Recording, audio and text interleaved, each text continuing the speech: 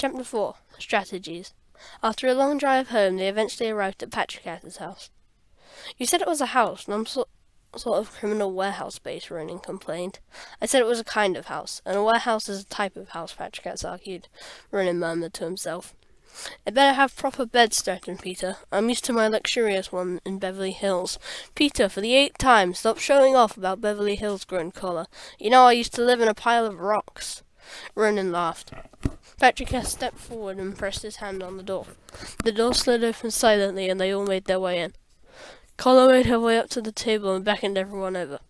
"So we need a plan to defeat this kaiju. Based on what you told me, Kara was very powerful, so her children probably are too." Collar worked down. "I'm not blowing up again," Ronan made clear. "I know," said Peter. "One of us needs an attack force straight to Kara's child, and the rest of us sneak up behind her and blow it up." "Sounds good to me," shrugged Patrick S. Everyone agreed on the plan, and they hopped into the van. "Let's do this," he shouted. As they shot down the streets of San Francisco, the speakers blasted November Rain. Once they reached the forest of California, their van shook to the roar of the great kaiju. As they began to venture through the forest, Ronan cut away at the branches and leaves that blocked their path. Numerous roars told them how close they were to the destination, but the kaiju appeared to be moving around, making it difficult.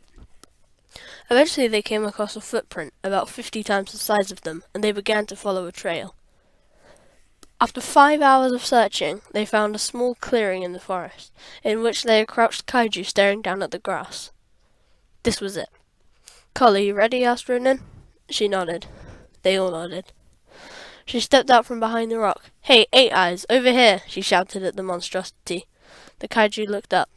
Collar stood there motionlessly, absolutely petrified of her fate. The kaiju stood up. This was it. This was the fight, the moment they'd been expecting. Ronan, Peter, and Patrick snuck past her and round the back of the mighty beast, tiptoeing. Peter drew the C4 from his belt. The fight began.